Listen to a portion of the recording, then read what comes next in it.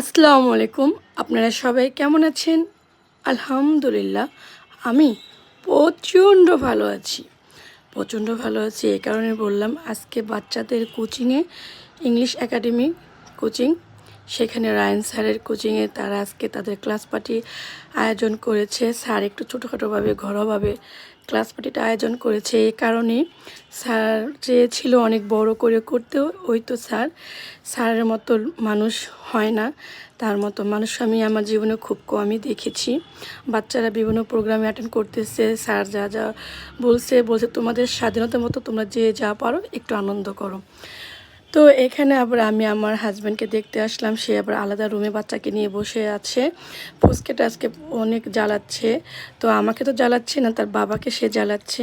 তো বাবা ভাবলো আমি ওকে নিয়ে একটা আলাদা রুমে যা বসি, সেজন্য প্রোগ্রামে কোনো ব্যাঘাত না ঘটায়।